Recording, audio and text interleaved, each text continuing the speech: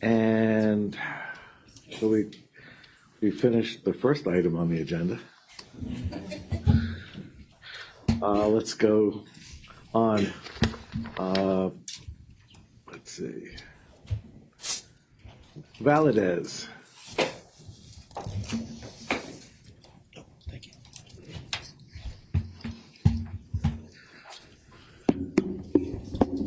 May it please the court, Your Honor? Yes. Joe Satterley, it's Casey McLean, Satterley and Greenwood for Mr. Valadez. Let me just get this in presentation mode.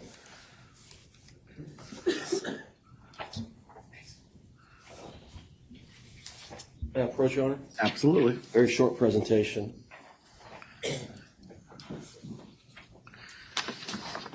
You know I don't believe any of you. It's only 15 pages. I told Ms. Earl it was 12, but I added a couple. So I appreciate Your Honor allowing me to give Your Honor a status update.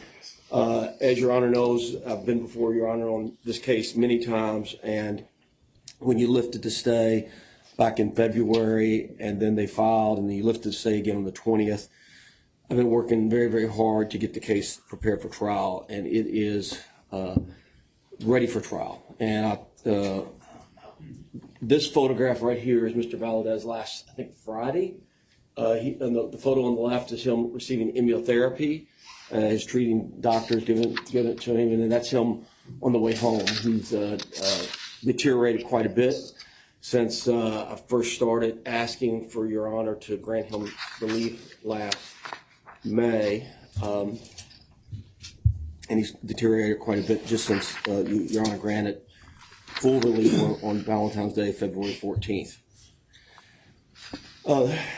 I showed Your Honor this slide many times. These witnesses have all been deposed. As a matter of fact, every one of them, with the exception of Dr. Felsher, their deposition is complete, totally complete. Yesterday, Dr. Bacchus finished her 4th day of deposition. Her 4th day, and her deposition was completed in about an hour. Dr. Abraham, the pathologist on the lower left, gray-haired fellow, his deposition was completed yesterday as well. Dr. Ronald Dodson, who did the tissue digestion analysis and found the talc and the mica and the other ingredients from J&J in Mr. Valadez's body, his deposition was completed in about 3 hours. Dr. David Eagleman, he's with the glasses on the top. He was deposed twice in this case. His deposition was completed. Dr. Roy, the treating oncologist, her deposition was completed in 4 hours. Dr. Felsher, who is the only remaining expert, or actually only remaining witness to be his deposition to be finished, offered him to be deposed again on the 8th. Lead counsel for J&J, Mike Brown, told me he wasn't available on the 8th, so I offered the 9th. And he's accepted it, and he said he will finish, Mr. Brown said he will finish the deposition on the 9th in less than 3 hours. And we've set aside that time for that to occur. I submitted yesterday a supplemental submission, and I included in here sort of a review of all the depositions that have occurred and when they occurred. I did have a typo. I had Dr. Langer was March the 3rd. His deposition actually occurred on April the 3rd, but his deposition is complete. All of these depositions have been completed, and including the economist, all experts, the family members, the grandmother, the 2 aunts, the mother. So from our perspective, all the witnesses that we're offering have been completed with the exception of Dr. Felsher, which will be next week. The defendants, on the other hand, immediately on the 20th, when Your Honor issued your ruling, that was early in the morning on West Coast time, I offered our experts and our witnesses, and I asked for their witnesses. And they sort of slow walked me, but I eventually got them on track. And we have a schedule here. So I deposed Target last week. I finished their PM, or the person most knowledgeable, yesterday at Skadden Arps in New York. And so that was finished. What I've highlighted in yellow are the 4 experts. And Dr. Sanchez is the only one that's beyond May 15th. And Dr. Sanchez, I've cross-examined him. They argued last week dozens of times, but only about 6 or 7 times. He's their testing expert to say there's no asbestos. He's the only witness they have to say there's no asbestos in their talc. He says, they say he only has that date to be deposed. He was deposed on Monday in a different talc case, and he was asked what's he got planned over the next few weeks. He says, I'm working on reports. He didn't identify any real conflict other than working on reports. But if May 17th is the only day they want to give me, after jury selection, if Your Honor allows us to go forward, I'll depose him on that day or have somebody depose him on that day. So all of these dates are before what Judge Seabolt believes when the case should start. And Judge Seabolt, we appeared before him on the 20th and on the 27th. And this is a transcript. I submitted the entire transcript to Your Honor yesterday from last Thursday, the 27th. And this is Ms. Brown suggesting to Judge Seabolt, she suggested that maybe he shouldn't even be able to discuss setting it for trial. And Judge Seabolt responded and said, we certainly can discuss potentially when the trial might begin. And he says, and I highlighted it, it is true we don't have the go-ahead to do that. Actually set the trial. But my hope is that he gives us the go-ahead on May the 3rd. And then Ms. Brown responds, yes, Your Honor, I understand that. And the court says, we might be saying exactly the same thing. Ms. Brown says, I think we are, Judge, except that I thought you were suggesting I might have been acting improperly by talking about when we might start trial. And counsel, of course, said, no, I don't think you are. So what Judge Seabolt decided is that he can decide all outstanding motions tomorrow, the 4th. And they can be fully briefed and argued next Thursday in the afternoon. And the genetics motion, they filed a motion to do some more genetic testing. We opposed it. I think they're submitting a reply either already or today. They have a motion regarding one of the experts, Dr. Longo's. We briefed it. We objected to it. And they have a motion for summary adjudication on a fraud count. And the court said that he would hear all those arguments tomorrow afternoon. Also, he said that he would set aside next week, the week of the 8th, to deal with any additional motions, expert motions or any additional issues. Because originally on the 20th, I suggested we start picking a jury on the 8th. And now I've pushed that back a full week and to May 15th to give His Honor, first of all, to give Your Honor the chance to say it's okay, but then to give His Honor, Judge Seabolt, the chance to rule upon any outstanding motions. In the transcript, I don't know if Your Honor's had a chance to read it. Judge Seabolt explains how the California legislature requires that cases be tried within 120 days of a preference order. And he takes the California law seriously.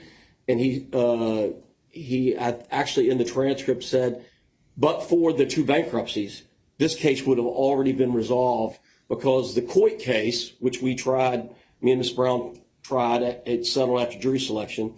That case was set for trial after the valid preference setting after Valadez. So this case would have been resolved long ago. And Judge Seabolt said, this is the most serious case I've seen. Judge Seabolt also, I do think the 15th is probably the most practical target date, but I would like to try to make sure that we are as firm as possible. And I realize Judge Kaplan needs to make a decision, and that's fine. This is an unusual situation, but in fact, he controls my calendar, at least in this case. So then I asked Judge Seabolt specifically. So it's very clear, Judge Kaplan, if he allows the case to be released from the stay next Wednesday on the 3rd, would this court be able to begin trial somewhere around the 15th? Judge Seabolt said, that's what I'm planning on. I said, thank you. He said, this isn't entirely within my control, but That's certainly my hope and plan, and I don't have a conflicting trial. As a matter of fact, last Thursday when we were making the argument, there was a jury returned a verdict in a mesothelioma case right after this argument. Now, Dr. Roy, the treating doctor, was deposed, and in her deposition, she described how his disease has progressed, and she said, I think he's really towards the end of his life. I don't think that there are any really validated treatments left. I've consulted with physicians throughout the country about his case and different treatment options available. This next chemotherapy that I'm changing to, I do not have very high hopes for. The hope is essentially just to prevent additional growth. I do not anticipate significant shrinkage or benefit from the next treatment. So the photograph that I showed you at the beginning, I think is that new chemotherapy that she's talking about there. Also, in her record, she described a scale, and a question was asked, can you elaborate what you meant there by the approximate 4 to 4.5 on a 5 scale? She says, sure, I apologize, that's not clear. Mr. Valadez has had really hard time discussing any imaging results from the start of his case. In the middle of his treatment course, he was able to discuss that a little bit more, but that had declined in light of bad news. So he wanted me to say, 1 being good and 5 being kind of the worst possible thing, where would I rate it, and not go into any more details on the imaging, the scans, the chest x-rays and such. So on a 4 to 4.5 is towards the worst possible scenario then, is that right? And she says, correct. So I'm getting close to the end of my presentation here, Your Honor. This is just an overview. Your Honor's seen this slide several times where Your Honor lifted the stay last June, and we got the trial setting for November, and it was continued to December, to January, to February, and then it was set for trial April 17th. And now I believe May the 15th, we should be able to try this case according to Judge Seabolt's schedule. So I would request, Your Honor, applying the Mid-Atlantic factors that Your Honor and I have talked about many, many times. I would request, Your Honor, to fully lift the stay, allow us to proceed to trial so this man can have his day in court before he dies. Thank you, Your Honor. Let me, Mr. Satter, let me just clarify, because there's a little confusion in my chambers and with me. We looked in the complaint. LTL is not a defendant, is it correct? Or I thought it was simply Johnson & Johnson. So the way it works under California law, you did not allow me to, let me just think. My case is mixed up. I'm wondering if this is stay relief or just modifying the injunction as to third parties.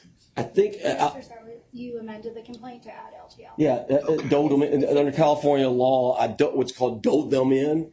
You have a dode defendant, and so we dode them in. So LTL, with Your Honor's permission, on Valentine's Day, I believe. That's fine. I just wanted to clarify that. Yeah. All right. Any further questions, Your Honor? No, thank you. Okay. Thank you. Ms. Brown?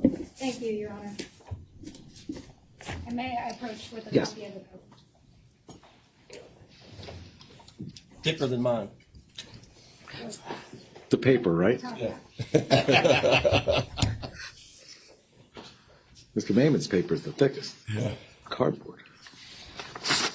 The weight of the evidence. Late at night, it's hard to find cheap paper.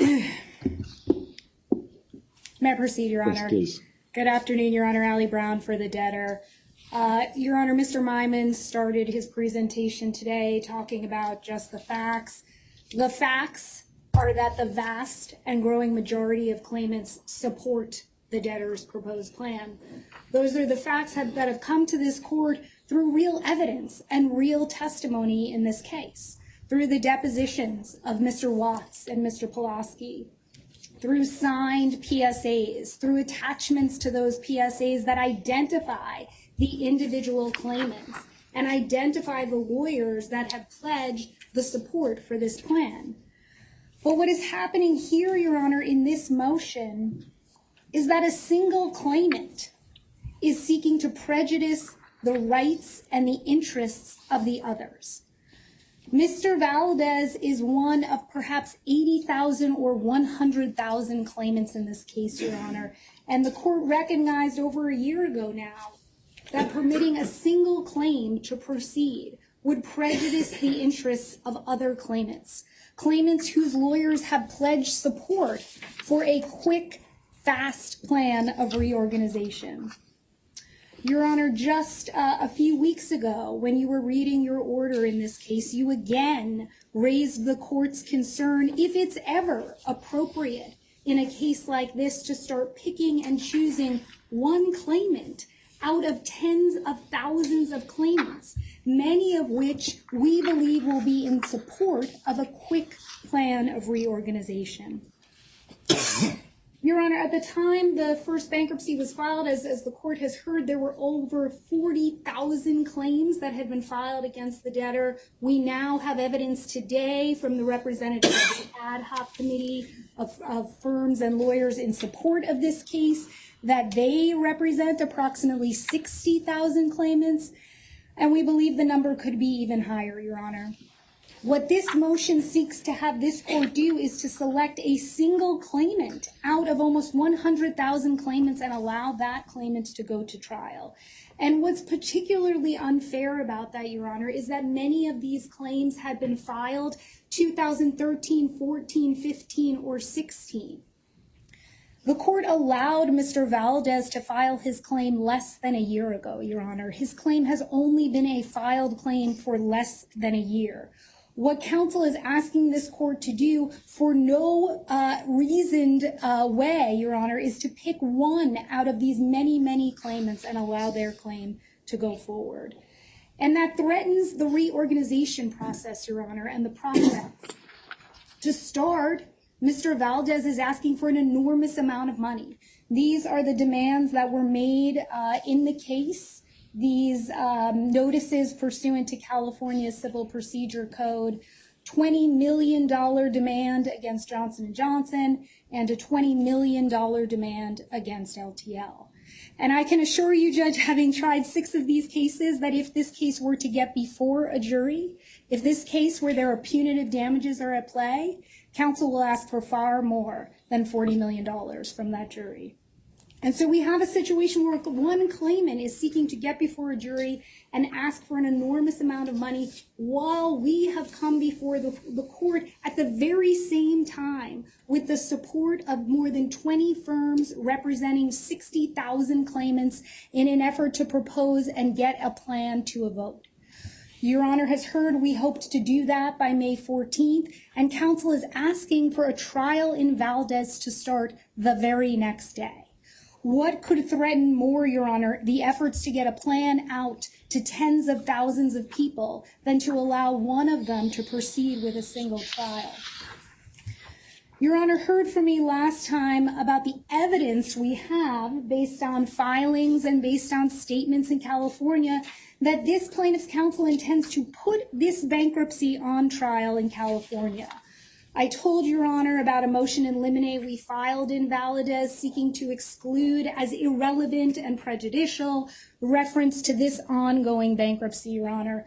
We reviewed with the court last time plaintiff's opposition to that motion and plaintiff's stated intention that evidence relevant to the bankruptcy could come in for and was admissible for numerous purposes, Your Honor, including the punitive damages and the motivation and biases of all defendants and their witnesses. But, Your Honor, as discovery has now proceeded at a breakneck pace in Valdez, we have more granular information about the intentions to have a trial going on where the propriety of this bankruptcy is before a jury in California. This is a letter we received from Mr. Satterley's law firm just a few days ago disclosing reliance materials for their expert witness, Mr. Johnson. The court should be alarmed to see that some of the reliance materials for this witness include the Third Circuit's opinion, which was sent to this expert by counsel, highlighted with the sections they wanted him to pay attention to, the amended and restated funding agreement, and excerpts from the oral argument in front of the Third Circuit, Your Honor.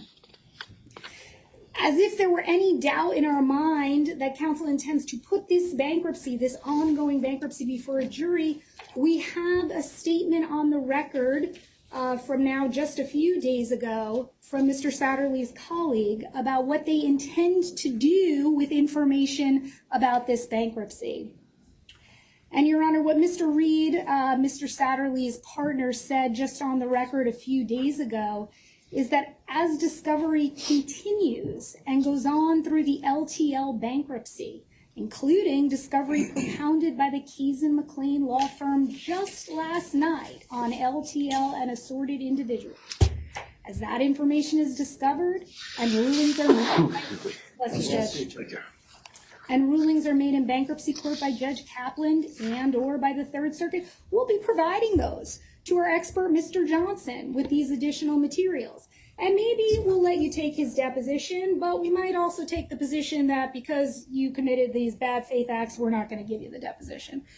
But the point is, Judge, they made entirely clear on the record that they intend to funnel discovery they get from this case to their expert in this state court case.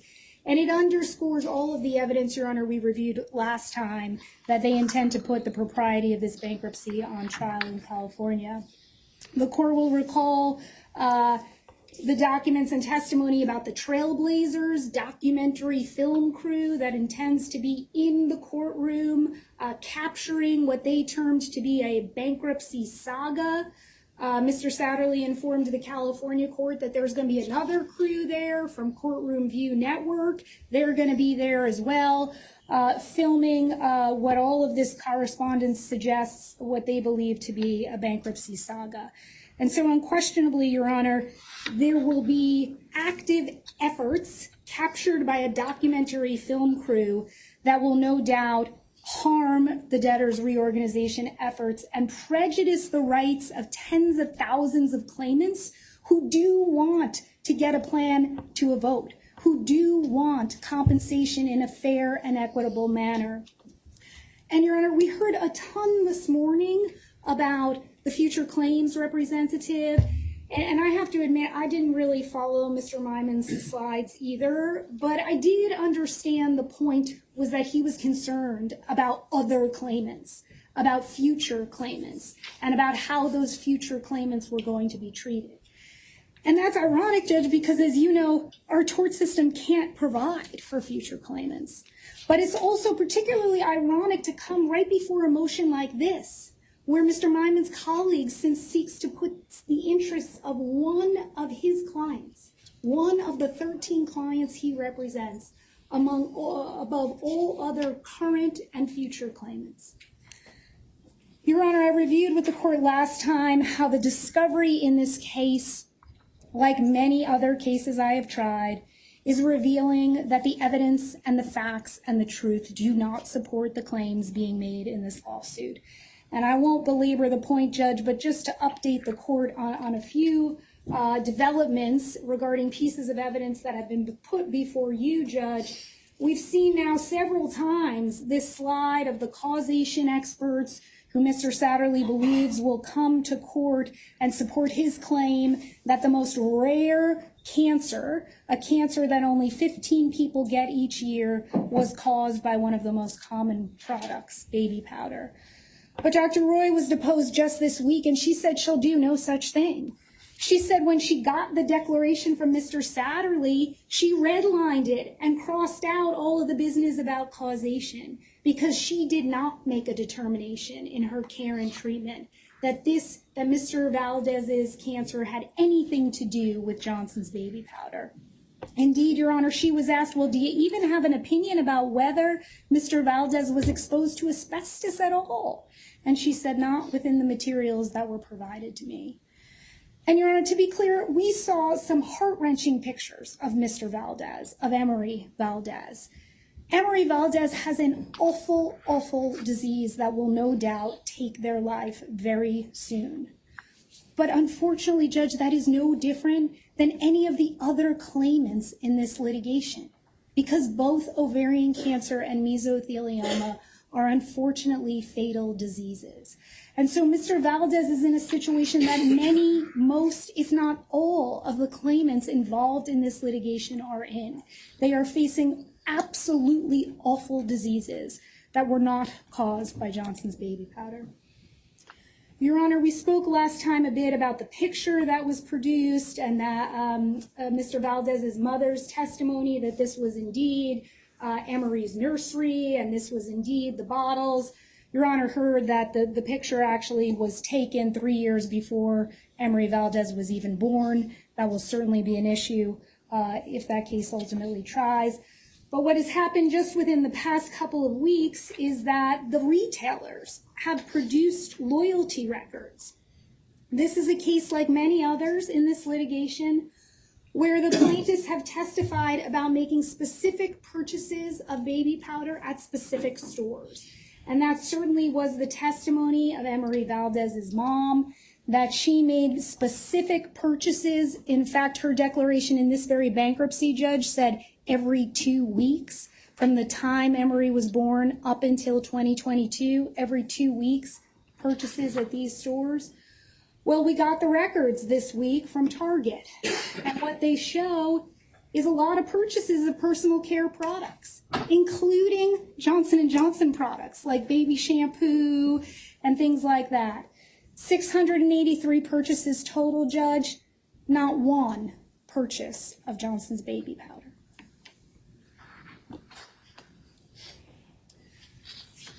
The truth is, Your Honor, that Emery Valdez themselves testified that they're not even sure they used Johnson's baby powder with talc. We make 2 products, Judge. We made a product with talc and a product with cornstarch. The cornstarch product is not the subject of this litigation, but when questioned, Emery Valdez wasn't sure if it was the baby powder with talc or the baby powder with cornstarch that they claimed to have used. And that testimony is entirely consistent with the testimony of the grandmother and the aunts who were deposed, who also said, you know what, I'm not sure if it was the cornstarch or the talc version. And so, Your Honor, we have a case like many of these other cases where there are significant product identification and product usage issues. Very quickly, Your Honor, because counsel spent quite a lot of time on what's been done and what remains to be done, we have done enormous work, Your Honor, since the court's ruling that discovery could proceed here. We scheduled and took 12 depositions. We have continued to brief and will tomorrow argue the genetics motion. We have moved to compel genetic testing. Plaintiffs have opposed. We have an issue with the destruction of evidence by one of plaintiffs' experts, these polarized light microscopy slides. That has been briefed over the last 2 weeks. We'll argue that tomorrow.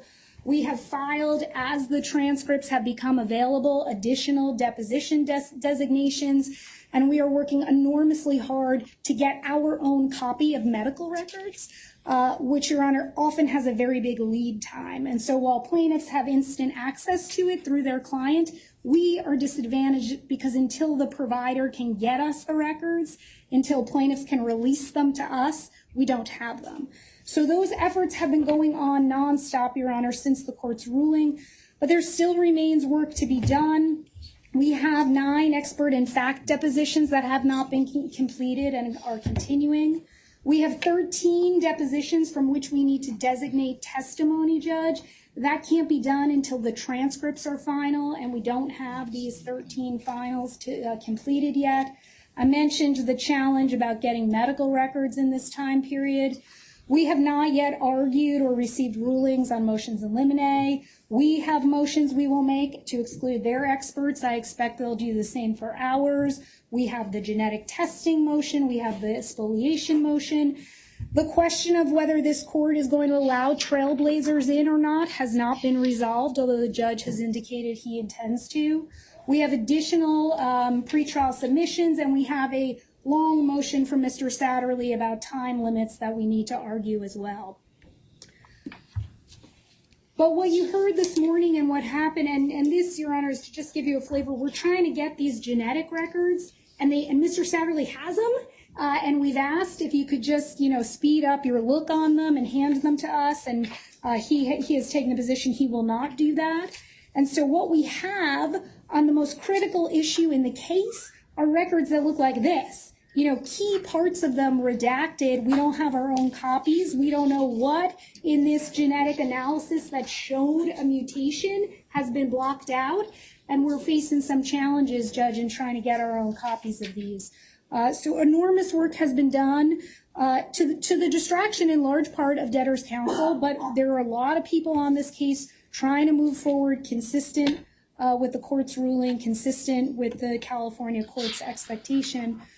But, Your Honor, what happened last week is that Mr. Satterley represented to this California court that basically you, Judge Kaplan, told us just go ahead and get everything ready, report back on the 3rd, and I'll give you the final go-ahead.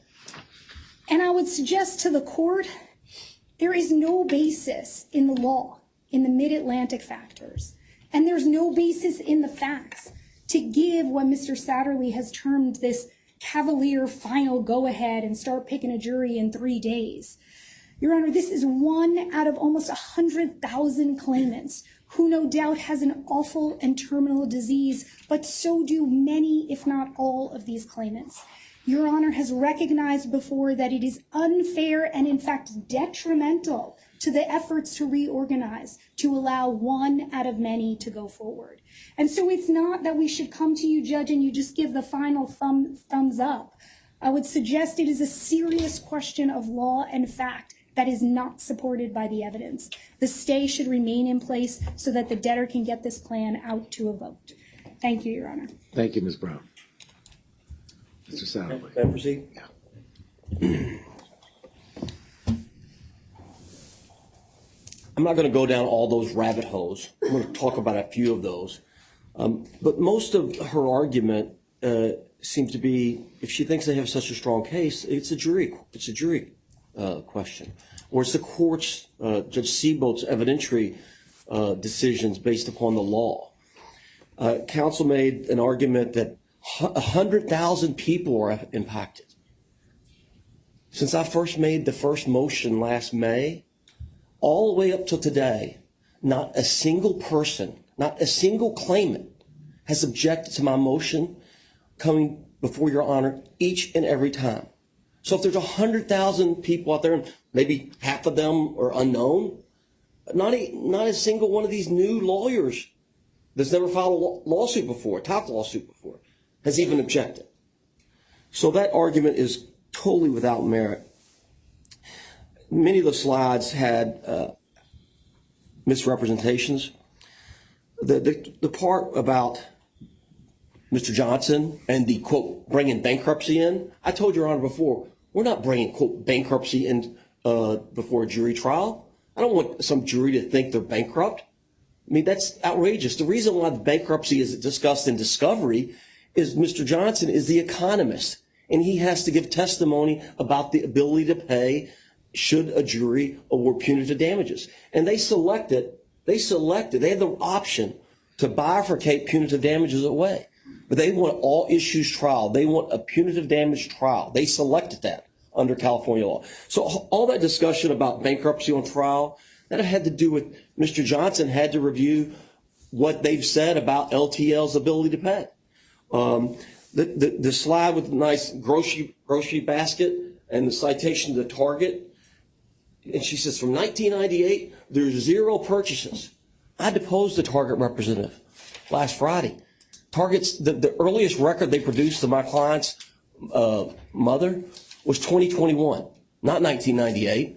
And most of the records was 2022 and 2023 after the diagnosis. The other photos, they haven't listed a single witness to talk about these photos. They apparently got something off some internet search. It says at the bottom of the slide, Weaver and Long. I have no idea who that is. They've listed no witnesses to talk about it. That's only attorney argument. The whole issue of cornstarch versus talc. Well, the tissue digestion, which is undisputed, has talc and mica in his pericardial tissue right next to his cancer. No cornstarch. I could go on and on and on about this, but the bottom line is a lot of the evidentiary issues is for Judge Siebold to resolve. If they have if they're so confident this is a meritless case, they'll get a defense verdict. They'll win the case, and it won't be any harm at all. It won't affect any creditors whatsoever.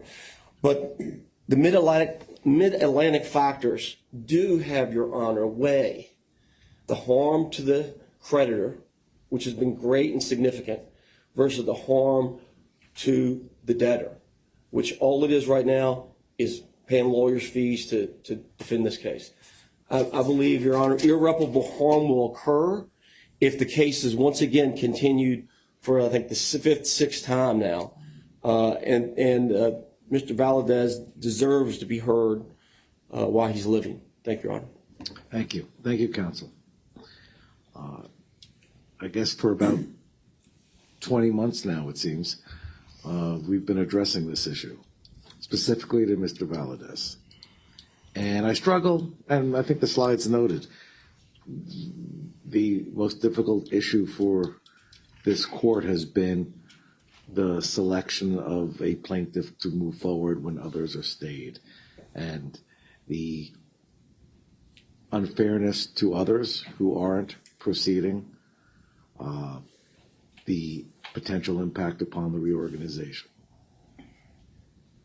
A lot of work has been undertaken in this case.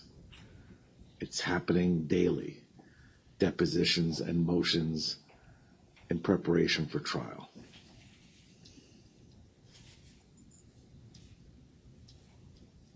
Judge Siebold has quite a bit on his plate. Well, I can recognize that. I have empathy. I have quite a bit on my plate with this case. There's a lot of significant issues going on in this case. Whether the Third Circuit decides to provide for an early dismissal, whether they reshape the preliminary injunction. There are 7, as I've been told, dismissal motions, which we'll get to. There's a planned process that's going forward, which we'll get to. There's the issues on the future claims rep, mediation, and we are spending an exorbitant amount of time on this issue that can be better allocated, I think, elsewhere. So I am lifting this day, and I am modifying the injunction to allow the matter to go forward to trial, not to enforcement or of any judgment against any defendant, because I'm not prepared to gauge the impact. But in doing so, I take into account the Mid-Atlantic factors and the balancing the harms. The concern I have as far as other claimants coming in, I'm going to address as follows. They haven't. They haven't to date, nor will my decision today dictate how I will treat them in the future. In fact, I will say plaintiffs' counsel, the various plaintiffs' counsel that have appeared before me in this case have supported this case going forward and not come forward with the Me Too suggestion or identification of other cases. I am not going to be receptive to diluting the injunction one case at a time for 80,000 cases. I'm telling you that right now.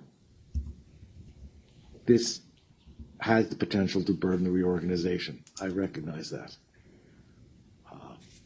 In balancing the harms, I believe without enforcement and if depending upon a verdict and depending upon appeals, the reorganization can overcome this hurdle when the time comes, if and when we get that far. So you can submit a form of order granting that phrase, limited stay relief up through and including verdict. Yes, Your Honor. I'll submit order. Thank you. All right. Let's move on to other items.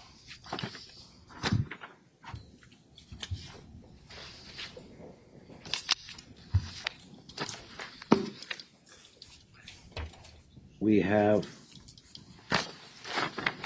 well, before we move on to other items, let me preface let me make some preliminary remarks. As I indicated, I respect the Third Circuit. I understand the recent application made to the Third Circuit. If the Third Circuit decides to play a role in an early dismissal of this case, so be it. If the Third Circuit decides to ask me or on its own to reshape the preliminary injunction, so be it. And if they do neither, so be it. I'm going forward with this case, addressing it the way I would any Chapter 11 proceeding, which means I do not intend to engage in beat the clock on either side, on the dismissal motions or on the plan process. It's not going to be a race, because at the end of the day, that's not going to be effective. There are too many factors, appeals, stays, and the like. So I suggest counsel take a realistic approach going forward as to how best to move the plan process forward and how best to move the dismissal motions forward. Let's not have unrealistic expectations on timing. I've seen you all for 20 months argue. Nothing happens quickly. All right? It's the reality. And we're talking about tens of thousands of claimants and billions of dollars. And I'm not going to treat this case as if it's to give it less time, effort, and consideration than I would a Chapter 13 case. So why don't we address a couple of matters? And not on the agenda. Mediation. I have decided to appoint 2 co-mediators. And I understand, Mr. Moulton, there may be a motion asking me to cease efforts going forward. In the case pending the dismissal motion, I'll consider it when it gets filed. But as of this point, as I've said, I'm going to treat this as I would any Chapter 11 and do what I think is warranted. I've received the input of the debtor and the TCC and recommendations and admonitions as to whether it's appropriate to move forward with mediation. I think it is. I always think talking serves a purpose and trying to come to a consensus. I have decided to appoint 2 co-mediators, Gary Russo, who's been involved in this case, and Eric Green. Both are well known. Obviously, Mr. Russo from his experience already. I'm confident everyone in this courtroom is familiar with, I'll call him Professor Green, law professor at BU for 30 years, founder and a chief mediator at JAMS in Boston, involved as FCR in multiple asbestos bankruptcies, special master in Takata airbags, also involved as a special master in Ohio asbestos litigation. He's well qualified. If there's if you need any information, the court is happy to supply the CVs, but I'm pretty confident that's not a name that's unknown to the professionals in this room. I'm going to ask them to pursue mediation immediately. I am cognizant of the TCC's request that there be a limitation on ex parte communications with the court by the mediators. Notwithstanding, I will authorize the co-mediators to have ex parte communications with the court on procedural matters. I've never had discussions as to dollars or substantive matters with the mediators. I don't intend to start now. I will require that both mediators be present on any conversation with me. I've chosen the mediators because I recognize, at least it seems that both the debtor and the TCC are comfortable with one or the other, but maybe not both. Well, that to me serves as the best check, and to ensure that there's no untoward influence. But in any conversation I'll have with the mediators, both mediators will be involved unless one authorizes another to speak to me on their own for ease or to facilitate a conversation. The mediators will have full authority. We're going to work off of the prior amended mediation orders. I will ask debtors' counsel to supply a draft, the most recent draft. I may mark it up, so please send it in Word. I will authorize the mediators to have full authority and discretion to conduct the mediation as they deem it appropriate, to require the attendance of such parties as they deem appropriate. So submit an order to that effect. It is not my intention to delay mediation past motions to dismiss or the plan process, because as we've seen, they take on lives of their own. And I don't think any day that goes by benefits by not having people starting to talk. Your Honor? Yes. With regard to that, the motion that had been pending by the debtor to appoint both Mr. Russo and retired Judge Schneider, which was withdrawn, we were going to file opposition because of what we learned in discovery about their involvement in the discussions before the dismissal of the first bankruptcy. Because they withdrew the motion, we didn't file any opposition, but we would have opposition to Mr. Russo, and I'm asking the court leave to make that application that he not be appointed as a mediator. This would have been done already but for the withdrawal of the motion, and we just believe that we are entitled to bring that issue before the court. I overruling the objection. You're free to file a motion. Thank you. That I would never deny. Thank you. But I'm not modifying my determination to appoint them as of today co-mediators. We always seek permission to file motions. Oh, right. He does, not I me. wish I had the authority to say no. Most does, not me. All right. Let's talk about the motions to dismiss and timing. I believe correspondence was submitted and on behalf of the committee and responded to by debtors' counsel. And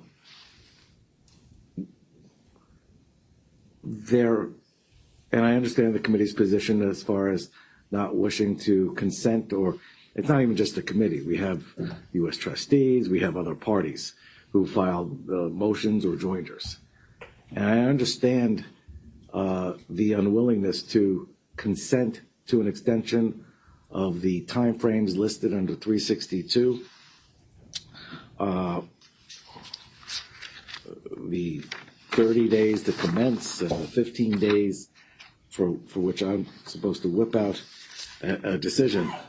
But we're dealing with 7 motions. We're dealing with a court calendar that is difficult to block out the days, quite candidly.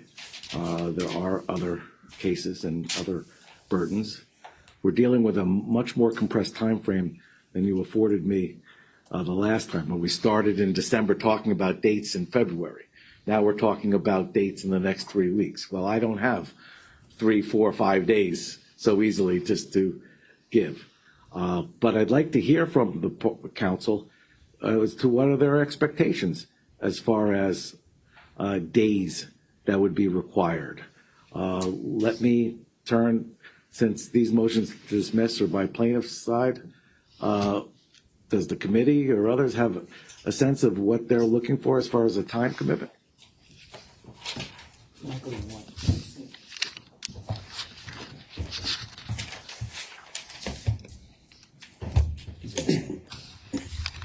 Good afternoon, Your Honor. This is Michael Winograd for the TCC, proposed counsel for the TCC. Your Honor, I will try and tailor what I was going to say to what Your Honor has just said. And we appreciate the fact that Your Honor has said that this is not going to be a race to beat the clock. We are most concerned with delay. Obviously, it's been said numerous times before, there are many victims that have been subject to delay. There was a great deal of hope after the Third Circuit opinion came out, and after this case was dismissed, and that lasted just over 2 hours. There is a statutory time period of 30 days to begin a hearing and 15 days from the beginning to render a decision. In terms of what our expectations are, Your Honor, it's important to remember, and I'd be happy to very briefly summarize some of the cases that were pointed out in the letters by the debtor. It's important to remember we're not starting from scratch. This case has been litigated through a full motion to dismiss trial. The Third Circuit ruled just a few months ago. Since then, the new facts that are relevant are very narrow, and we had significant discovery and an evidentiary hearing on them just 2 weeks ago. So our position is we think that this case can be decided on a motion to dismiss as is. If Your Honor believes that there is some incremental discovery that needs to take place on the new facts that haven't already been covered in the preliminary injunction hearing, we think that can take place certainly within 3 weeks. Now, I understand Your Honor is talking about how long the hearing will take and whether Your Honor can schedule that. And if you look at just the law and the cases, which I think are informative to Your Honor's question, counsel for the debtor, it looked like searched the entire country, pulled all the cases it could find where these motions were granted. If you look at 4 out of those 6 cases, they're just granting an extension of time for the court to render its decision because the court's calendar was full. And those weren't lengthy extensions. If you look at the only cases that extended the actual hearing date, one was extended by 6 days, again, so the court could find time within its calendar to do it. And it was a 6-day extension. The other one, I think, was granted a month, but that was on consent. It actually had the hearing within 30 days, during which point, at the end of the hearing, the parties said, we consent, we all think we need a huge amount of discovery, and the court granted it at that point. So in terms of what we think, Your Honor, there's not much discovery that we think needs to be done, if any at all. If there is discovery to be done, this new sort of bucket, it can be done very quickly and certainly within 3 weeks. And then we think that, Your Honor, we've talked in terms of the length of the hearing. We've talked with the other side, and obviously subject to Your Honor's preferences. But we think most of these witnesses can come through deposition designations. They've been deposed already. Again, I don't know how many really need to be redeposed. We could put these witnesses in through deposition designations. The number of live witnesses would be, I would have to think, maybe a few. I don't even know that we need new expert opinions. If we do, that's a few experts. This is a few-day trial at most, Your Honor, at most. Now, I know that the other side has taken the position that they're going to need 6 to 8 fact witnesses and I think it was 2 to 3 experts. We think this is just an effort to deluge in extraneous witnesses and facts. We don't think it's necessary. But again, the experts can come through their expert reports, at least for direct examination, and most or all of these witnesses can come through a designation. So subject to Your Honor being able to schedule 2-3 days, we think we can certainly do this within the time frame. All right. Oh, well, but you envision calling witnesses, correct? Well, Your Honor, again, so what we would envision... I'm not going to dictate to you what discovery you should take. Yeah. So in terms of what discovery we can take and what witnesses will be called, we had conversations about exchanging witness lists in advance of today so we could understand this. But we're in a position where we can't really tell, Your Honor, it's their burden, it's mostly their witnesses. We need to see what they intend. I was surprised to hear they have witnesses offering new evidence. To the extent that there are witnesses with new evidence, we'd have to take a couple of those depositions. But in terms of live witnesses at trial, Your Honor, I don't know that there's more than 1, 2, 3 instrumental witnesses who would have to testify live as opposed to by deposition designation. And Your Honor, really, the only, if I could just take a brief moment, the only bases that the other side has offered is, as Your Honor has pointed out, there are 7 motions to dismiss. We think that in part speaks volumes for the dismissibility of this case. But in any event, those motions are largely overlapping. I suspect there will be one omnibus reply, which we hope, response or objection. We hope to get that in advance of being able to tell Your Honor what our discovery or witness strategy will be. But they're largely overlapping and largely say and emphasize the same points. They've talked about discovery. I've already addressed that, Your Honor. We don't think there's much new, and we think we can do it in the time frame. And again, they've talked about the trial, the witnesses. And again, Your Honor, I think most of those can be handled through deposition designation, and we can do this in a very timely, efficient manner. And Your Honor, if consistent with about 4 of the 6 cases they cited, if Your Honor gets to the end and feels this is an extremely, there have been new issues raised, and Your Honor needs more than the 15 days to render the decision, then Your Honor will tell us how much time Your Honor needs. But that issue, I think, is premature at this point. Certainly doesn't warrant putting off the actual trial. All right. Thank you, Your Honor. Thank you. Mr. Gordon? Oh, Ms. Richenderfer. Thank you, Your Honor. I had to make my trip worthwhile today. Your Honor, Linda Richenderfer on behalf of the Office of the United States Trustee. Your Honor, I think in large extent we agree with what counsel for the TCC said. I liken what we're looking at as to what we looked at when we did the preliminary injunction hearing. You had multiple objections that were filed. There was organization, though, on behalf of the parties who were objecting or who were against the relief that was being sought by the debtor. I think that this time we've had some experience, and hopefully this time we can be just a teensy bit better in terms of not overlapping each other. So I'm not saying that there wasn't room for improvement, but I think it could have gone far worse, could have gone far longer, I should say.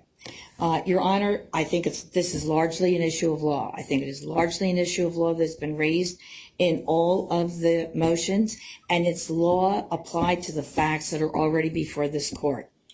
And the facts were brought in through the motion for a preliminary injunction. And designations can be done. We have time now. We didn't have time before. Very, very compressed schedule before the hearing on the preliminary injunction motion. We now have 3 weeks. To a lawyer, that's like a lifetime. But before we had 2 days. I mean, we were doing depositions up until 8 o'clock the night before the... Well, you were all asking for sua sponte decision. Well, look at the irony there. Well, my we're talking not, about days of trial and designation and discovery, and I was supposed to make a decision in hours. Well, to be clear, Your Honor, United States trustee did not ask for that sua sponte ruling. We do believe there needs to be a record that it is put together, because unfortunately I think that whichever side does not prevail will be seeking relief elsewhere, and we understand the importance of, Your Honor, being able to put together that record, and we want to put together that record. And I agree with you, because what nobody needs is a remand. Exactly, Your Honor. Well, to me, this is the remand. So, Your Honor, I think that normally I would say this should be a one-day hearing. But I saw what happened with the preliminary injunction. And when we've got closings that take 3 hours, it means it's a 2-day hearing. But I do think that, again, I echo what was said by TCC counsel. We don't know what the party to the left of me, who bears the burden of proof, is going to put on. But I don't know what more they can or should be saying other than what's in Mr. Kim's first day declaration. That's supposed to be the support for this filing. That's supposed to tell the world, the court, the U.S. Trustee's Office, everyone else, why this case was filed.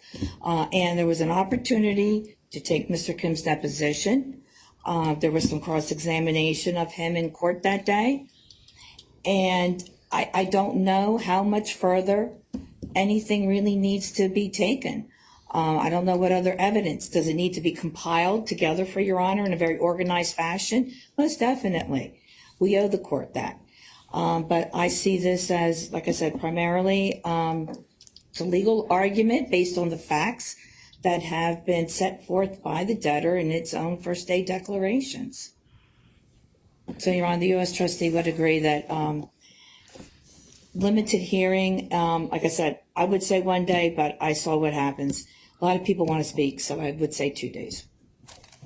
All right, fair enough. I will come up, Mr. Satterley. I, of course, have to bear in mind the admonition of the Third Circuit when they didn't care for my casual math. Well, to overcome casual math, I need a record. So I'm not sure I share the optimism here, but we'll see. Mr. Satterley. Yeah, Joe Satterley, Casey McLean, Satterley and Greenwood. I would suggest, I echo what the U.S. trustee just said. I would suggest that the debtor share with us over the next day or two. I thought they were going to do it last Friday. What witnesses, what evidence, what information they have, and then we meet and confer. And then next, I think Your Honor said next Tuesday, you've got a hearing scheduled in this case. Then we'll be in a better position to advise Your Honor exactly the length of anything. I agree, for the most part, this is a question of law, but the debtor seems to think that they're going to be putting on a lot of witnesses. And so I would request Your Honor to order them to do what I thought they were going to do last week and tell us, well, who are the witnesses and what's the scope of their testimony, and then we can meet and confer regarding, whether that's really actual testimony needs to be heard live or whether depositions are sufficient. So that's my suggestion. The other suggestion would be they could file a written opposition outlining their arguments to the motion to dismiss, preliminarily at least, so we know what their arguments are and what they think is important. I think that will give everybody guidance on what a trial would look like. Thank you, Your Honor. All right, thank you, Mr. Satterley. Ms. Richendorfer? Your Honor, I apologize. I got back to my seat and I was reminded by my co-counsel.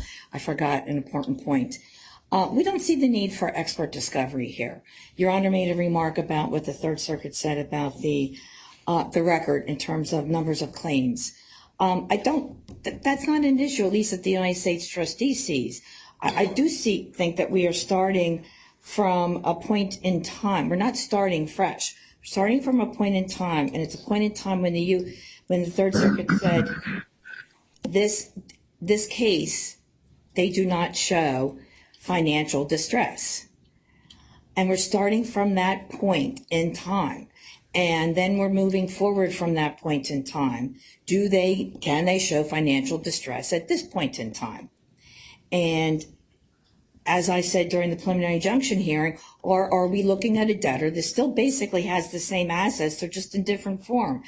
A fraudulent conveyance claim and a settlement or agreement with its ultimate parent corporation that's worth an amount less than it started with. But we're not starting from scratch. We are starting from the Third Circuit opinion on, I don't see why we need experts. I'm not sure I agree. I'm certainly willing to listen to argument. The Third Circuit looked at a snapshot the day of the petition from the first case. The Third Circuit or any reviewing court, and I have to look at a snapshot the first day of the petition and the new case. And that's the comparison. And I understand, Your Honor, and I think the Third Circuit's already spoken to that in footnote 18. It's unbelievable how much people can read that and disagree about what it means. In this case, nothing's unbelievable. I guess that I should. But you're right, Your Honor. It's a different point in time. It's a point that's 2 hours and 11 minutes later. It's a different point in time, but same number of claimants. They may be current now, whereas before they were future. That's where I'm still puzzled by these numbers of people, where they're coming from. So I guess that between the first filing and the second filing, futures all of a sudden became current. I don't know. But it doesn't make a difference, the number of claimants, because we have here now a pot plan, whereas before we had a plan that went up to $61.5 billion. I think Mr. Gordon even said it today. The whole idea was not that much money would be turned over, but enough money would be turned over so it was 100% plan. And so at this point in time, Your Honor, I think that there is the need to, you're right, look at the 2 points in time and what changed. And I think that's what the motions to dismiss, at least I know our motion to dismiss, focused on to a great extent. What changed, and was the debtor allowed to make that change? Or did the debtor do something it should not have done while it was still in that position? Your Honor, earlier today was talking about pre-packs, and I've dealt with them in Delaware. Pre-packs, you've got a company that's sitting there and it can do whatever it wants to do. And Immer started off that way, brought in Mr. I don't want Pack. to get too far afield. Okay, but my point is this, Your Honor. We'll be arguing it. Pre-pack doesn't apply here. They were already in bankruptcy. You can't do a pre-pack when you're already in bankruptcy to go from one bankruptcy to the next. I'm sure they're going to disagree with that, but Your Honor, I think the concept doesn't fit within the reality of what happened here. Fair enough. Thank you. Ms. Jones. Thank you, Your Honor. Good afternoon. Good afternoon. Your Honor, Laura Davis Jones of Petrosky, Stein, Zealand Jones on behalf of Arnold and Itkin. Your Honor, just very briefly, we do not believe that there's any further discovery needed. I agree with the U.S. trustee that we're at the point now that we're talking about largely legal arguments that would be discussed, and they're based on facts that are already in the record, Your Honor. Your Honor, with respect to the debtor filing a response, Your Honor, obviously, if they have a response, the burden's on them, so I would expect they would get their papers in. But I think, Your Honor, like a lot of lawyers, unless we see a deadline, things don't get moving along. So I'd suggest, Your Honor, as where we stand right now, that we move forward, have the motion to dismiss heard on May 22. If parties decide that they do need more time for whatever reason, we can bring that matter before Your Honor at that point. All right. Thank you. Thank you, Your Honor. If I could raise just one point, Your Honor? Yes. And that has to do with claims. And I hope this is well understood. You can't have more than all, right? If I have all of something, I can't have more than all of it. LTL 1 was filed to resolve all TAL claims. You may put them in the future bin, you may put them in the present bin, but that's just moving things from one jar to another. It was all then. They say it's all now. You can't have more than all. All right. Thank you. Mr. Thompson. Clay Thompson with Mounting Rakel. We strongly join all of that. There's no discovery that's needed. They filed on April 4th. This is their scheme, not ours. They're a bad faith debtor. They have the burden. We don't need to listen to 4 days of how bad the plaintiff's bar is. Again, Third Circuit already ruled on that issue anyway. And Mr. Ruckteschel is texting me frantically to say that he joins for Mr. Crouch. That no discoveries. I see his hand up, but that's fine. All right. From the debtor's perspective. Thank you, Your Honor. Greg Gordon, Jones Day, on behalf of the debtor. I find it remarkable that the parties who filed motions to dismiss and proclaim that it's our burden, and we don't dispute that, would then attempt to dictate how we should meet our burden and what we should be required to do, and should circumscribe this process in the manner that they're proposing. And, I will say to Your Honor that we've had meet and confers with the other side before today about scheduling. And what you're seeing today is a reversal in position on where they were just last Friday or so, and this is reflected in the letter that we sent in. Last Friday, and maybe it was last Thursday, I can't remember, where they were was, we need discovery. We will have 2 to 3 experts. We expect to have 4 fact witnesses. And we need you, the debtor, to tell us who your witnesses are, fact and expert. And in fact, that information should be exchanged on Tuesday, the Tuesday that just went by. And we actually agreed to that. And the schedule that we put in the letter to Your Honor is the schedule that we proposed to them last Friday based on the discussions that we've had. So since those discussions last Friday and today, there's now a complete reversal in position that, oh no, no discovery is needed. We don't need anything. And we also are basically asking you to order that they, the debtor, is not entitled to anything. Now you're being asked to order us not to do any expert discovery. And this has just gotten to the point of being ridiculous. I mean, we literally, on Friday, were to the point where each side had said about 4 fact witnesses and 2 to 3 expert witnesses each. Based on that, there's no conceivable way that could be tried by May 22nd. They know that. And so what we then tried to do was come up with what we thought was a very compressed schedule under those timeframes. Now, for parties to come up here and say this is all legal, I don't see how they can make that contention based on what's been filed with the court. There are legal issues embedded in this. But their number one issue, for example, is there's no financial distress. That's a factual issue. And Your Honor made the point that I was going to make. The Third Circuit was critical of the fact that the first time around there weren't sufficient projections in the record that went to the issue of financial distress. Well, we expect to have experts who would address those issues. Part of their case is that we, again, engaged in the largest fraudulent conveyance in the history of the United States. There's legal issues there, but they're factual issues as well. They've also said that our support is all fake or it's de minimis. Those are all factual disputes. Those are raised. Those would be addressed as well. So there's any number of issues that would need to be addressed. And to me, it would be completely unfair for there to be directives from this court that we have to try our case in a way that works for the objectors, particularly given that it's our burden to make the case. So, Your Honor, if you just look for a moment at the schedule, and we tried to think through what all the deadlines would be, and I don't think anybody can look at this and say that these deadlines are unreasonable or reflect delay. Again, if you look, the very first date, which we had talked about, was service of written discovery requests and simultaneous identification of fact witnesses, including statement of topics of testimony, and whether the party expects currently the witness to be presented live or deposition designation. That was to have been done yesterday. We advised Mr. Winograd and the other side, we were still prepared to do that. And Mr. Winograd told us that, well, we're not willing to do it anymore. And so for Mr. Satterley to come up here and say, well, we were expecting to know about this by today, the reason they don't know about it is because they wouldn't do what we thought they had agreed to do earlier.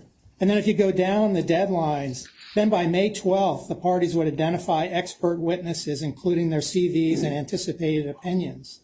The 19th, discovery responses and productions would be due. I mean, this is all accelerated. The 24th, objections to motions to dismiss due. So we would anticipate filing a single response brief. We think that'd be easier for Your Honor. And one thing I would add at this point, the motions to dismiss keep coming in. There were two more that came in just on May 1st, one from the U.S. trustee, one from the Itkin firm. We probably ought to add a deadline by which no further motions to dismiss can be filed, because I don't think it makes sense for anybody to go down this road for 2 or 3 weeks and to have 2 or 3 more motions filed. So I would think maybe we would add that to the list. But continuing, you got expert reports served on the 30th, fact discovery completed on June 6th, expert discovery completed June 20th, and then 1 week before the hearing, you designate deposition testimony, you proffer exhibits, etc. And so that to me is an enormously compressed schedule. We thought something like this would fly. We've now been told that it's May 22nd or nothing. And that to us just isn't realistic. So whether we go with exactly the schedule, obviously we're not going to insist on that, but something like this, it seems to us, works. This would be approximately the time frame that we had for the motion to dismiss, or the motions to dismiss in LTL 1. It's about the same period of time. But if you look at these dates and you think that we believe we're going to have 2 experts, they've said 2 or 3. Each side at one point in time talked about discovery. I know we have plans for some written discovery. To suggest a schedule that's much more compressed with this, I think, would run the risk of being unrealistic. So, and this, if you work your way through this, that this would likely end up with a hearing in the early, and again, subject to Your Honor's availability, in the July, early to mid-July timeframe. And we do believe this is a 4 or 5 day hearing given where we are. And, you know, they are today equivocating on what they would do. Before they were telling us 4 fact, 2 to 3 experts. Now they're telling you, well, we're not sure. We want to see what the debtor has first, and then we'll respond. I don't see, if that's their position, again, how you remotely get to a hearing on May 22nd. As you said, it's like 3 weeks from today. That just seems impossible. So that's fundamentally, Your Honor, where we are on this. All right. Mr. Winograd?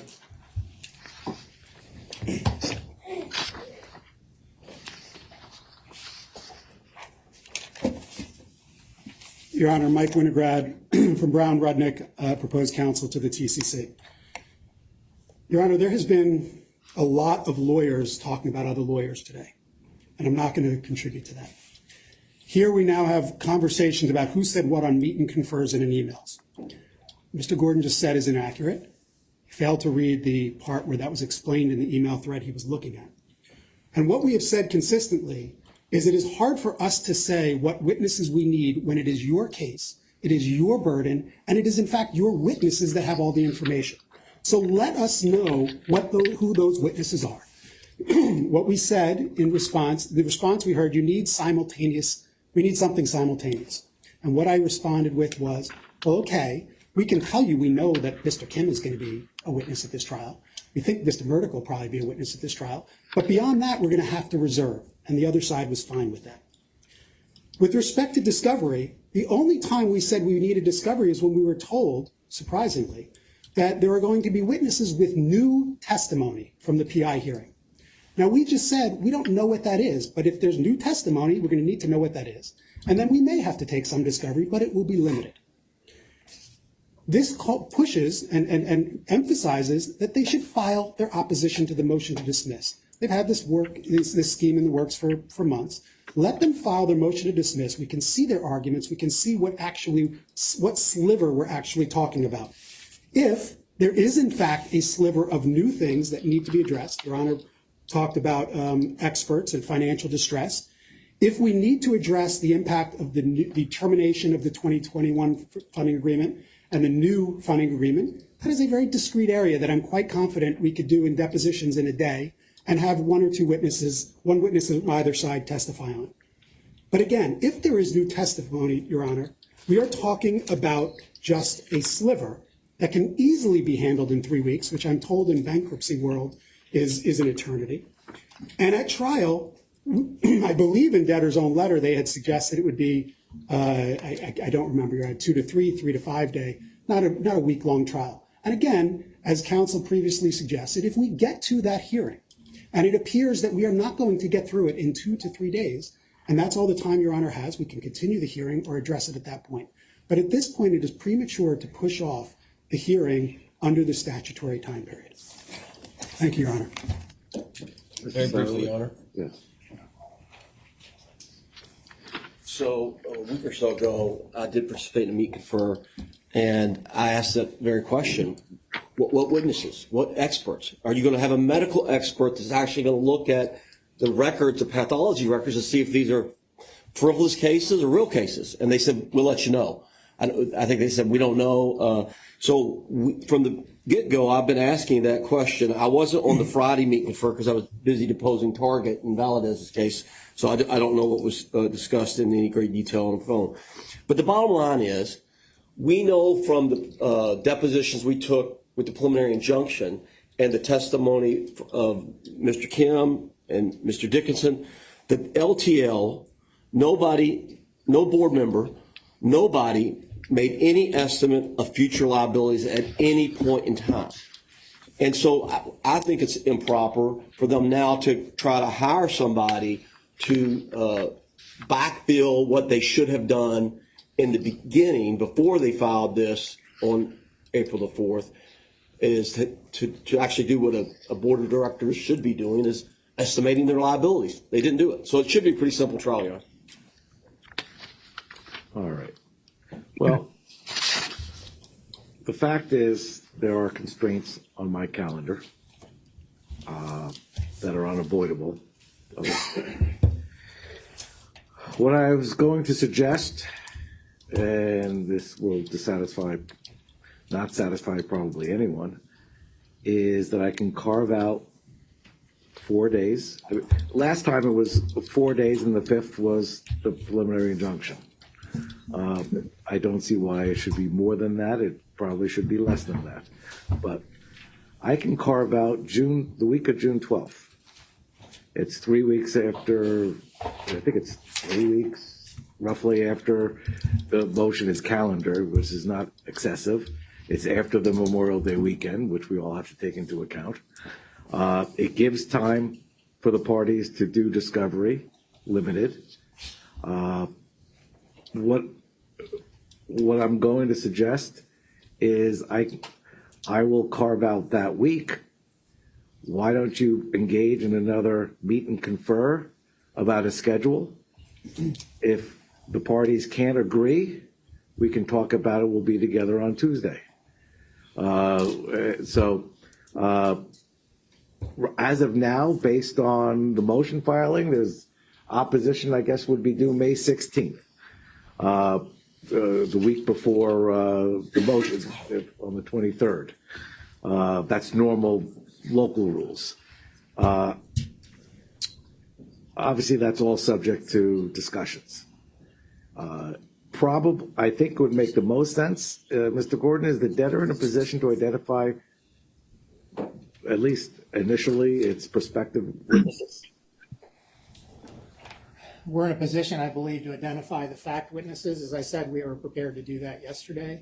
The experts are still working on that. All right. Well, then. Excuse me?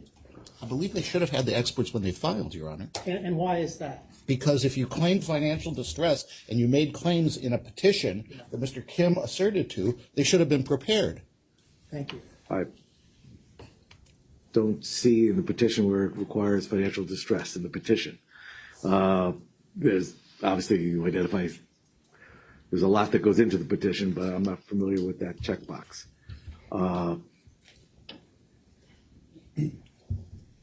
Identify your fact witnesses by close of business tomorrow. We're going to move the process along a lot better if you could identify your expert witnesses in short term. Why don't we conference this on Tuesday? If you all tell me the week of June 12th is not acceptable, we can proceed on the 23rd. I can make a ruling that will not stand up either way, because it probably is just going to be remanded, and we're going to be back here. And I'm not sure what anybody's accomplished if they were looking to save time. Judge, we'll take those dates. Okay. All right. Well, then why don't you talk and work it out? If not, we could talk about it on the 9th. All right? Your Honor, Greg Gordon, just one thing. Obviously, we'll comply with the fact witnesses. I would say to Your Honor, though, we would want to reserve our rights. We're obviously doing that in a vacuum, not knowing what their case is going to be. I mean, they put it all on us, but this is a two-way street, and so we'd reserve our rights to supplement that as need be based on whatever we see from the other side. I'm not asking for commitments. And Your Honor, can I raise one issue? I very much, on behalf of my client, would like to participate in the motion to dismiss hearing, but I will now. Well, you'll be done with that trial in California. Unfortunately, Judge, we'll probably just be halfway through, and so, Your Honor, that raises a problem for my client. I can't be in two places at once. They have 11 lawyers. And Mr. Sadley won't be here either. Yeah, I won't be here. They have 11 lawyers against me, so I think they've got enough. And so Ms. Brown, she can. Mike Brown, who's actually also lead trial counsel, has tried a lot of J&J cases. They've got King and Spalding, Skad Narps, Nelson Mullins, another law firm. There's no reason to have this motion to dismiss to be any way conflicted by evidence. I can't dictate what goes on in this court based on another court, at least a month in advance. Let's see what happens, and where we're going as far as agreed dates and time frames. It could very well be that you're not needed out there on a particular day that's here. So we'll play it by ear, at least at this juncture. Other than carving out that week, I'm going to leave it. I'm going to ask you all to engage in another meet and confer and see what can be agreed upon. Let's talk about. Well, what else is on the agenda? There were some items. Let me address, if I may. I received correspondence from Whites and Luxembourg regarding the scope of the stay on a post-verdict matters. For the benefit of all, the court's concern has been liquidating claims. Counsel? Lisa Bush from Whites and Luxembourg. We were putting forward on those papers. I don't know if you need me to give you any more enlightenment on that. No, I was going to just give you the court's assessment of what was intended with the order that's in place. And that's, the court has been concerned with liquidating claims outside of bankruptcy. And that would include the appellate practice. I included that language in the opinion that I published. So the stay remains in effect as to trials, post-trial, and including post-trial activity, and appeals, except if there's bonds in place. I think that was carved out. So that should address that concern. Again, everybody's free to seek relief by motion if necessary. We had some confidentiality issues on the agenda. What? You want to go? Let me just, Your Honor, there were three other issues that were addressed in the letters back and forth between the parties. The confidentiality designations by LTL, a common interest issue on the termination of the 2021 funding agreement as between LTL and J&J, and then communications between the TCC, the discoverability of communications between the TCC and the United States trustees since January 30 of 2023. Those were addressed at least in part in the letters, and I would leave it to your court. I'm not prepared to talk about all of those, but whatever your court would like to hear today. Well, is the debtor prepared to discuss it? I couldn't tell if there was a request to have briefing on any of the issues, especially the common interest issues. I thought there was an inclination to have additional briefing. Greg Gordon on behalf of the debtor. I think the question is, what's the best use of the party's time on confidentiality? What happened there, which happens in all these cases, when we took these depositions in a very compressed time frame in connection with the PI, much was designated as confidential, both deposition testimony as well as documents, with an understanding that we'd go back and revisit those issues. And we've had a further exchange of correspondence on that, where we basically indicated we were prepared to forego all the confidentiality designations, except for one, which was we believe we should preserve the confidentiality of the exhibit to the term sheet. So you have the plan support agreements, you have the term sheet, and then the exhibit. And the exhibit has very sensitive information on the valuation on the grid for the claims, and that's never been made public. It's never been talked about in court. We view that public disclosure of that at this point is potentially damaging to further negotiations at this point in time. So we were prepared to basically forego everything else except for that. And the only other condition was we want a new protective order that's modeled after the protective order in the old case. But the one difference is this one would have a use restriction that would make clear that these information and discovery would be for purposes of this bankruptcy case only. And the reason for that is the concerns we've had about this information being used in the tort proceedings now that are moving forward in some respects. We also had the problem with some leakage of documents produced in discovery to the press in the prior case, which was a problem. And so those are the only two things. We said otherwise we'll forego everything else. We just want to protect the exhibit to the term sheet, and we'd like that use restriction in the protective order. Mr. Winograd?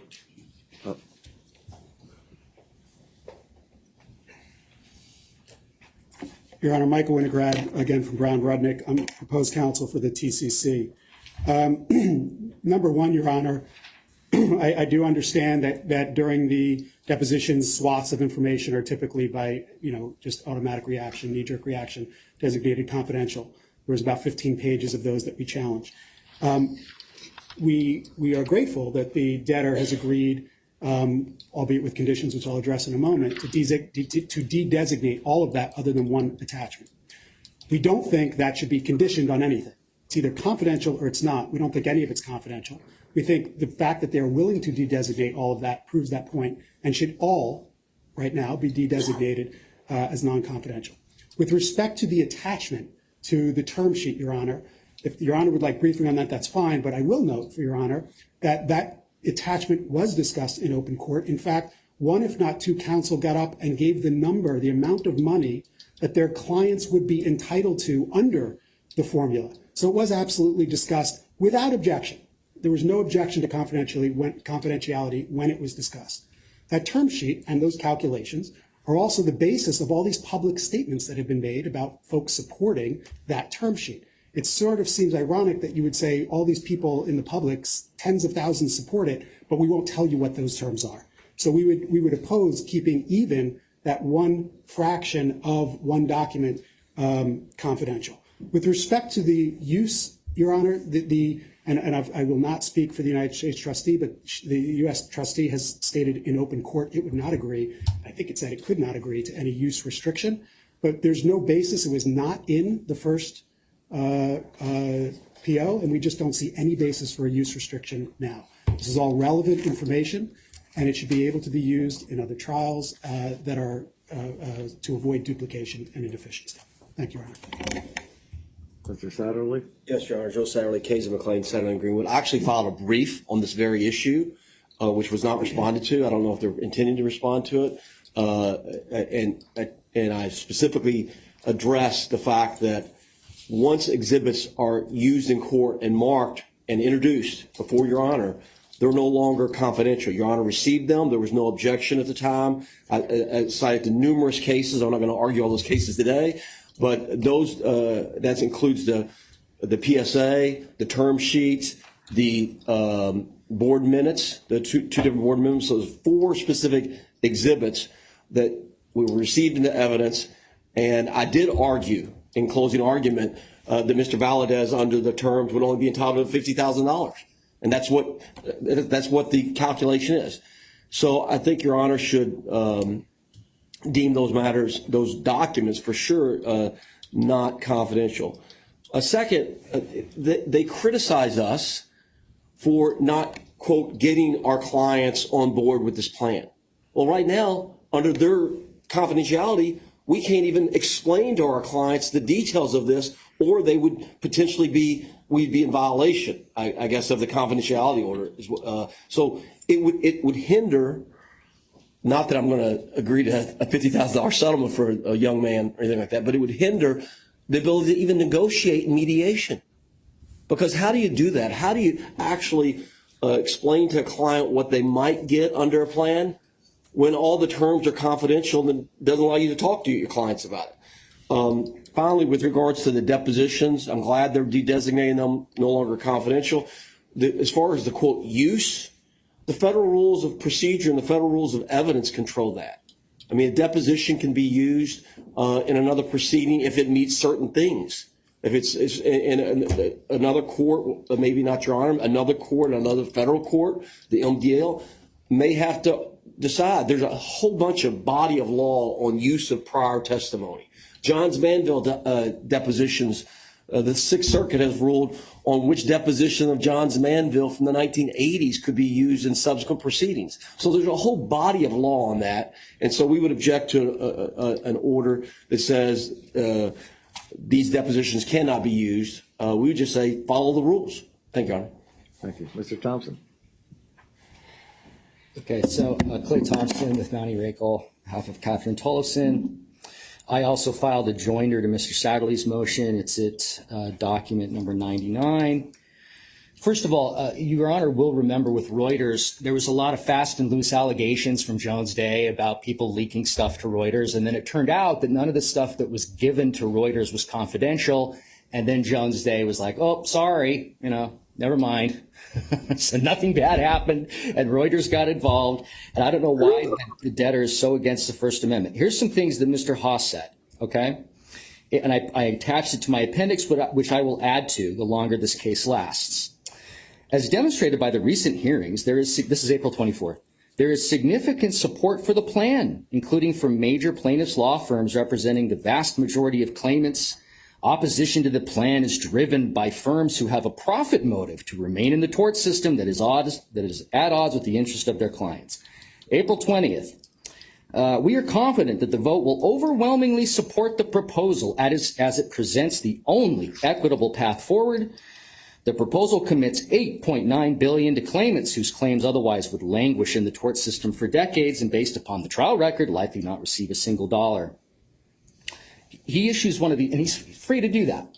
I don't have any problem with J&J issuing press releases. What I have a problem with is them issuing press releases about how great the plan is, and then telling you that the dollar amounts in the plan, the term sheet is where the dollar amounts are. Mr. Gordon doesn't want those to get out because they're terrible, right? So you can't, it's a sword and a shield. If they're going to say to the public, 8.9 billion, great deal, greedy plaintiffs' lawyers are against it, that's fine. But they can't then hide behind confidentiality, and the numbers have to be disclosed. And so I don't have to get up again. Just to make a record, I appreciate Your Honor's ruling on the mediation. We would have objected to that. I would ask that Mr. Russo and the other mediator, whose name I forget, be asked to include my firm in that, and Mr. Crouch and everybody else this time. I think that was it. Thank you, Judge. All right, thank you.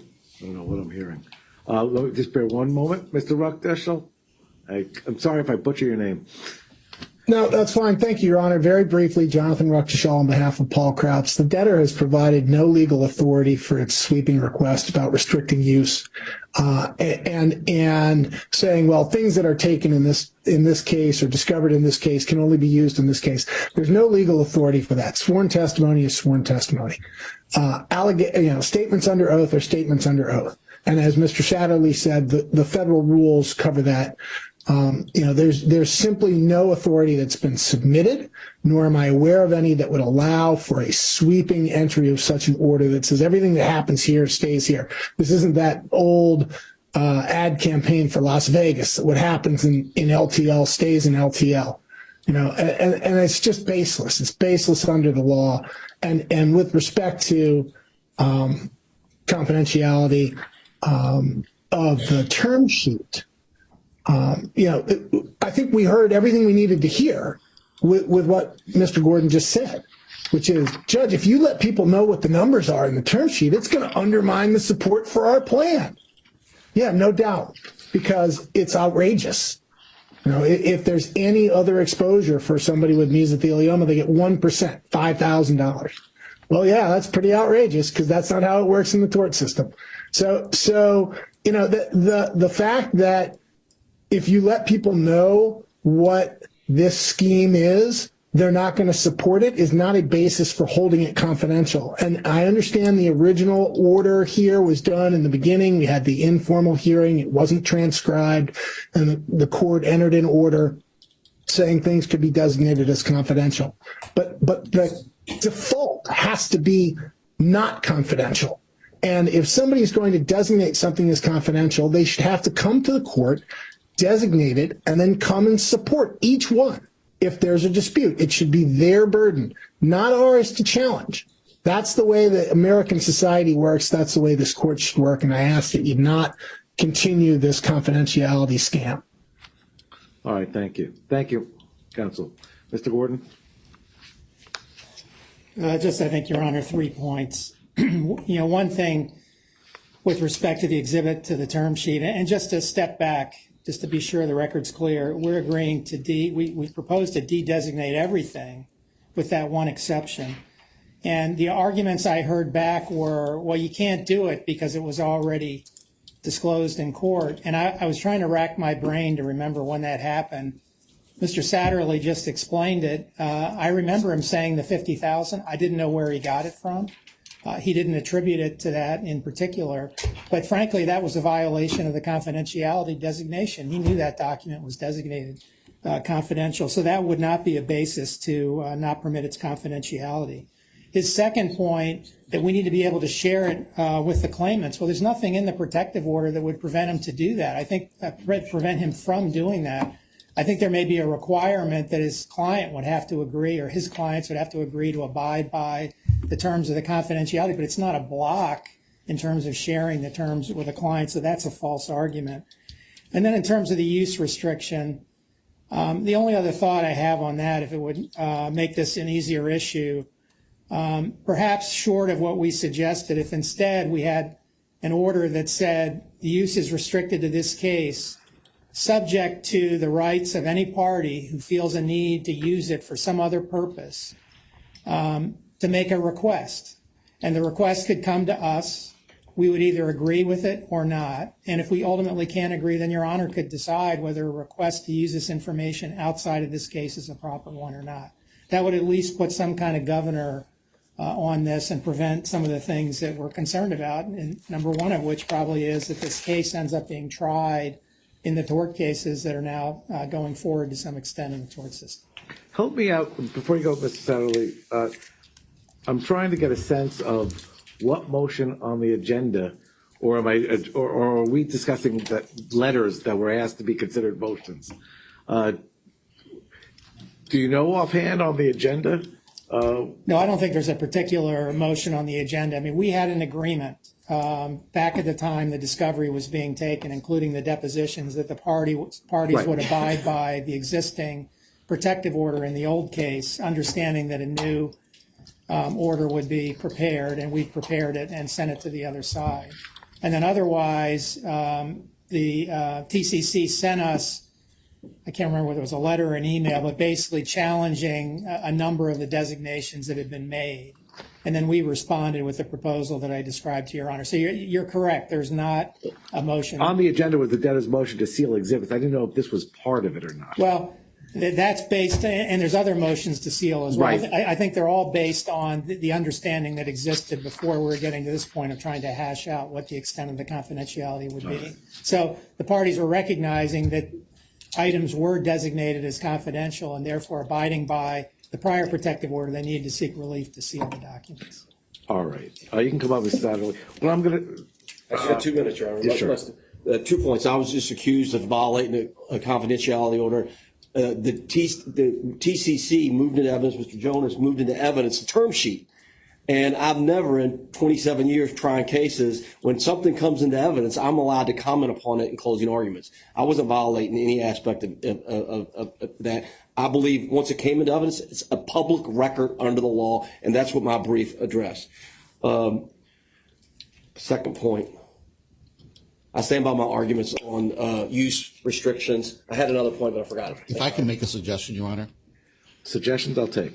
If the debtor has agreed to de-designate everything except that one attachment, let's go that way, and they can make a motion for Your Honor to find that the attachment deserves confidential treatment, and then we can treat it in the ordinary course. I would object to that because I already filed a brief on this issue. Mr. Sponder. Your Honor, thank you. Jeff Sponder from the Office of the United States Trustee. Your Honor, there is no basis for a use restriction, especially on the United States Trustee. I'm not sure if that's what's being asked here. We weren't privy or party to the protective order in the first case. We're not going to be party or privy to this protective order in the second case. The new proposed restriction, I'm not sure if that was meant for those, it was going to be the protective order for those parties, or if that was meant for the entire case. That's why I stood up. If it's meant for the entire case, we definitely object, Your Honor. Thank you. My second point I forgot to make is this becomes incredibly burdensome because all these pleadings now are blacked out in part, and Your Honor gets, and we don't know exactly. We have to call around and say, I signed the confidentiality. Can I get an unredacted version? And I'm writing emails to the U.S. trustee. I'm writing emails to other counsel. And it's all, so you got two pleadings, one partially blacked out, one's not blacked out. It's a big mess. I agree. It's a burdensome on the court, too. We get all these order shortening time on the motions with every motion. Every motion becomes two motions. Here's how we're going to move forward. We're going to accept the debtor offer as to eliminating the confidentiality restrictions on all documents except the document they've just identified, which is the exhibit for now. I will ask in the next 7 days, anybody who wants to make an additional submission on that can do so. So the only confidentiality designation, it exists only as to the exhibit to the term sheet, if I understand it correctly. As to the use, we will carve out the U.S. trustee. The use will be limited to this case. However, a party simply must before seeking permission to use it, contact the debtor, and it's the debtor's burden to come before the court to restrict it. Just so we're clear on what we're talking about, we're only talking about the depositions that were taken prior to the preliminary injunction. That's what Is we're that talking correct? No. And we view it as broader than that. It's a use restriction generally, Your Honor. No. That's outrageous, Your Honor. For example, depositions of Mr. Kim that I took October of 2021 in North Carolina. How is that possibly a part of this? This is beyond the court's understanding of what was. Well, it's discovery in this case, and if you want to take it. Discovery in this case? Yes. Oh, LTL2. This case is just LT2. That's what I'm trying to clarify. Oh, so there's only been discovery in this case. Has been those depositions that occur right before the preliminary injunction. I thought I was hearing counsel say everything that was done in LTL1 would apply to the use, and counsel's now. That's what I'm looking to clarify. It's just discovery in this case, which is in advance of the preliminary injunction.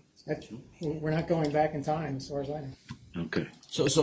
But I'm further confused because the way counsel argues, it's not just simply using it in another court proceeding. Counsel said you can't use it for anything. You can't share it with the media. You can't share it with pardon? I'm sorry. So I just want to right now we're not. This is supposed to be incorporated in a protective order. Right. There is no such language, correct? You have not made a proposal. No, I think we have made a proposal. It's sitting with the other side, I think. I haven't seen it. Right? Correct, you have. And the problem is the other side is not necessarily defined because there's lots of other folks here on the other side. So, but I think what we should do, Your Honor, is they've stipulated to everything. I think we should, if they want to make a motion under the law on this use, they should do that so that we can respond and show Your Honor the law that's contrary to what they're suggesting. I mean, a sworn testimony that's not, quote, confidential, there's no way you're not allowed to share it with your friends, your family, your other attorneys. Well, unless the parties, thank you, Mr. Satterley, unless the parties can agree to include language in a confidentiality order, then it has to come by motion in front of me. So I'll leave it at that. Thank you, Your Honor. I was trying to get you there, but if you can't, file the motions. Sure. All right. Is there anything else we have to discuss this afternoon? Just one thing to put on the record, Judge, because I want to be totally transparent. I've just learned for that June week, Your Honor, that I understand we may revisit. Mr. Murdica will be out of the country. I understand we're still far away, but I didn't want to be accused of springing that at the last minute, so we can discuss that with the court at a later date if he's needed, but I did want to be transparent. And we can meet and confer on that, Your Honor. Unavailability is sometimes preserve testimony is always done. I'm just looking at my calendar. The next block of dates I have would be, so that you all know, is Tuesday, June 20th through Thursday, June 22nd. And we would request, Your Honor, to maintain the June 12th, and we can meet and confer regarding if he's even going to be a witness, and if we need to preserve his testimony in some fashion. We've done it thousands of times in other cases. We'll talk again on the 9th. Thank you, Your Honor. Thank you all. Thanks, Take care. Judge.